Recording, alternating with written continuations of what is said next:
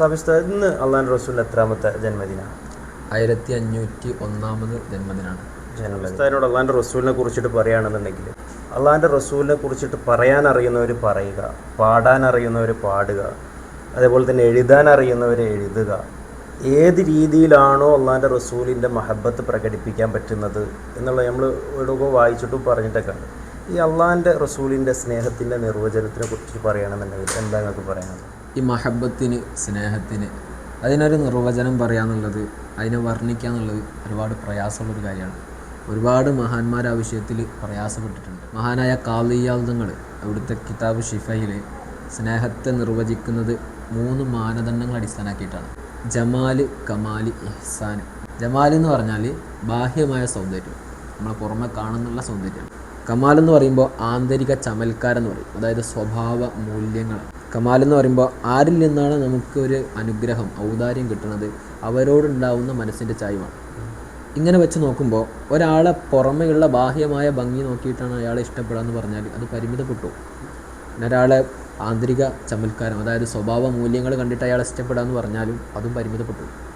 ഒരാളിൽ നിന്ന് അനുഗ്രഹങ്ങൾ ലഭിക്കുമ്പോൾ അത് കാരണമാണ് അയാളെ ഇഷ്ടപ്പെടുന്നതെന്ന് പറഞ്ഞാലും അതും പരിമിതപ്പെട്ടു.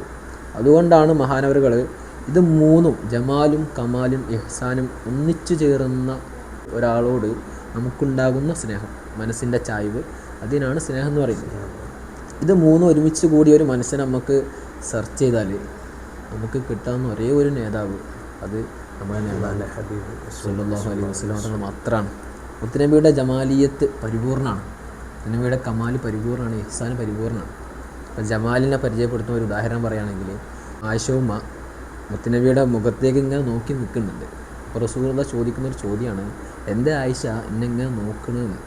അപ്പോൾ ആയിഷ ബീവി തിരിച്ചു കൊടുത്ത മറുപടി, നബിയെ തങ്ങളെ മുഖം കാണാൻ എന്ത് ഭംഗിയാണെന്ന്, തങ്ങളെ അത്രയും നല്ല ചൊറുക്കുള്ള മുഖമാണല്ലോ തങ്ങളെ. പൂവിൻ്റെ കവിൾ തടമെന്തൊരലങ്കാരം, പുന്നൂറിൻ്റെ പ്രഭാകിരണങ്ങൾ എന്തു ചമൽക്കാരം, പുഞ്ചിരി കണ്ടാൽ അതുമതി ജീവിത വിജയ പുരസ്കാരം, തിരുമേനി മണത്തവർ ഇരുജഗമിൽ താരം. അങ്ങനെയാണ് നമുക്ക് സ്നേഹത്തിനൊരു വചനം പറയാൻ പറ്റും. മാഷാ അല്ലാഹ്. നമ്മൾ സാബിത് ഉസ്താദ് ഇന്ന് നമ്മളെ നബിദിനത്തിൻ്റെ ഒരു സന്ദേശം നൽകുക എന്നുള്ള അർത്ഥത്തിലാണ് ഞങ്ങളുടെ സംസാരം. എല്ലാവർക്കും, ഈ വീഡിയോ കണ്ട എല്ലാവർക്കും നബിദിന ആശംസകൾ അറിയിച്ചുകൊണ്ട് നിർത്തുകയാണ്. അസ്സലാമു അലൈക്കും.